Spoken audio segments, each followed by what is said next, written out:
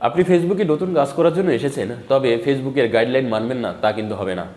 আপনি যদি content monetization নিয়ে জানেন এবং কন্টেন্ট মনিটাইজেশন পেতে চান, তাহলে আপনাকে আমি এখন যে কথা বলবো সেই কথাগুলো কিন্তু আপনাকে অক্ষরে অক্ষরে মানতে হবে। আপনি যদি না মেনে কাজ শুরু করেন তাহলে হয়তো আপনি মহাবিপদে পড়তে পারেন। তো চলুন, কোন বিষয়গুলো করলে আপনি কন্টেন্ট মনিটাইজেশন পাবেন না। এক নম্বর হলো static image. What is static image? Static image হলো আপনার একটা স্থির ছবি, তার মানে একখানা ছবি, মাত্র একখানা ছবি আপনি কি করলেন, আপনার ভিডিওতে সংযুক্ত করলেন এবং এরপর আপনি গান দিলেন বা অন্য কোনো কথা দিলেন, দিয়ে আপনি ওইটাকে আপলোড করে দিলেন।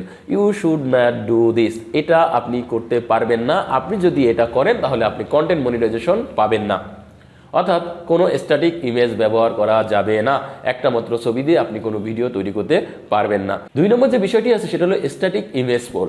স্ট্যাটিক ইমেজ পোল মানে কি? আপনি এমন একটা ছবি শেয়ার করেছেন যে ছবিতে আপনি এমন কিছু লিখেছেন যাতে করে আপনার যে অডিয়েন্স আছে তারা বাধ্য হয়ে তারপর কি করে কমেন্ট বক্সে কমেন্ট করে, অর্থাৎ ফেক এঙ্গেজমেন্ট এবং উইথ স্ট্যাটিক ইমেজ পোল। অর্থাৎ এমন কোনো ছবি দেওয়া যাবে না যে ছবির মাধ্যমে আপনি বাধ্য করছেন কাদেরকে, যে আপনার অডিয়েন্সকে বা নন ফলোয়ারদের আপনার কমেন্ট বক্সে কমেন্ট করার জন্য। একটা স্পষ্ট উদাহরণ আপনাদেরকে আমি দিই। আমরা অনেকেই দেখি আমাদের প্রিয় নবী হযরত মুহাম্মদ ইসলামকে কে কে ভালোবাসেন, যারা যারা ভালোবাসেন তারা লাইক দিন।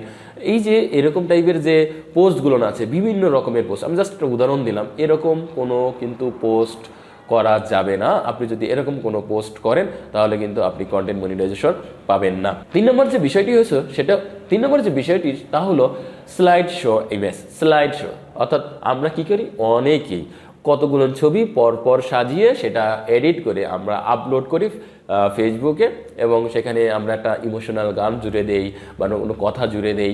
এরকম করলে কিন্তু আপনি কন্টেন্ট মনিটাইজেশন পাবেন না। আপনি কোনো ইমেজ ব্যবহার করে এরকম ভিডিও তৈরি করলে সেটা কিন্তু কন্টেন্ট মনিটাইজেশনের জন্য আওতাভুক্ত হবে না। 4 নম্বর যে বিষয়টি হলো, এটি হলো অত্যন্ত গুরুত্বপূর্ণ একটি বিষয়, সেটা হলো লুপিং ভিডিও। মনে করেন আপনি ছোট্ট একটা ভিডিও, আপনি বারবার ওই ভিডিও ক্লিপটা আপনার ভিডিওর মধ্যে ব্যবহার করছেন, বারবার মনে করেন 5 সেকেন্ডের ভিডিও, আপনি ওই ভিডিওটা ব্যবহার করে আপনি প্রায় 2-3 মিনিটের ভিডিও তৈরি করে ফেলছেন। এরকম ভিডিও তৈরি করলেও কিন্তু আপনি কন্টেন্ট মনিটাইজেশনের আওতাভুক্ত হবেন না। 5 নম্বর যে বিষয়টা হলো মোস্ট গুরুত্বপূর্ণ বিষয়, সেটা হলো টেক্সট মন্টাগেজ। অর্থাৎ টেক্সট মন্টাগেজ কি? আপনি এমন একটি ছবি দিয়েছেন, সেই ছবিতে মিউজিক চলছে, সেই মিউজিকের পাশাপাশি ওভারলে টেক্সট, অর্থাৎ বড় বড় লেখা বা বিভিন্ন ফন্টের লেখা বেশে বেশে যাচ্ছে, কিন্তু ছবি একটা, খালি টেক্সটটা পরিবর্তন হচ্ছে, গানটা হচ্ছে। এটা যদি আপনি করেন এবং এরকম ধরনের ভিডিও যদি আপনি ফেসবুকে আপলোড করেন তাহলে কিন্তু আপনি কন্টেন্ট মনিটাইজেশন পাবেন না।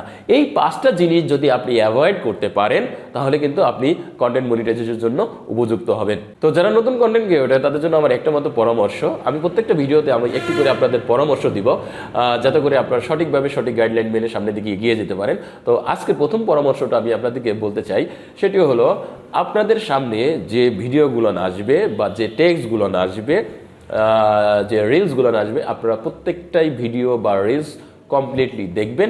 দেখার পরে একটি গঠনমূলক কমেন্ট করবেন, কারণ এর মাধ্যমে কিন্তু আপনার এঙ্গেজমেন্ট সৃষ্টি হবে এবং ফেসবুক আপনার ভিডিওটি অন্যের কাছে আরও সাজেস্ট করবে।